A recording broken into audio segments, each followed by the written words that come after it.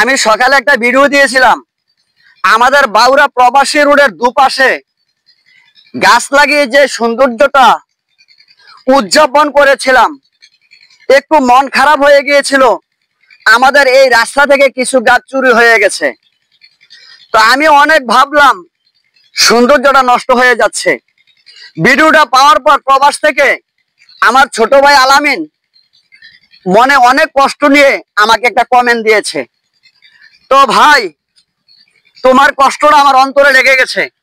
তাই আমার নার্সারি থেকে খুব দামি ফুলের গাছ, এই যে দেখো, খুব দামি ফুলের গাছ আমি নিয়ে আইছি।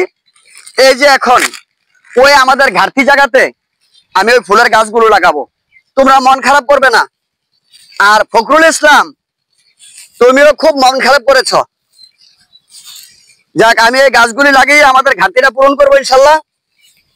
আর পরিচর্যার যে দায়িত্ব ছিল আমার, ঠিক ওইভাবেই আমি আমার দায়িত্ব পালন করব ইনশাল্লাহ। তোমরা মন খারাপ করো না, কারণ তোমরা প্রবাসে থাকো, তোমরা জানো না আমাদের এই রাস্তার যে কত সৌন্দর্য।